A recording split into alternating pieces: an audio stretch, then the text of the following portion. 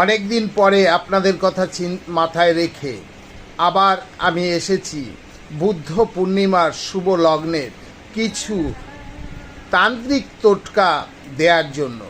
আপনি বুদ্ধ পূর্ণিমার শুভ লগ্নে আপনি অর্থাৎ সোমবার সন্ধ্যাবেলায় 5টি অক্ষত লবঙ্গ জোগাড় করুন এবং একটি বোটালা কাঁচা লঙ্কা, একটি সূচ, একটি কালো পেন নিয়ে আপনার মনের ইচ্ছা কিংবা আপনার শত্রু আছে তাদের নাম লিখুন, লিখে 5টি ফুটো করুন আর একটি করে লবঙ্গ ঢুকিয়ে দিন।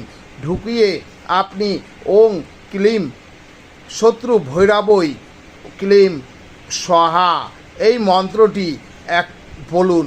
বলতে বলতে পরের দিন কি করবেন, ওই লঙ্কাটি আপনার বাড়ি থেকে অনেকটা দূরে গিয়ে 3 রাস্তার মোড়ে ফেলে দিয়ে আসুন। দেখবেন আপনার মনের ইচ্ছা কীভাবে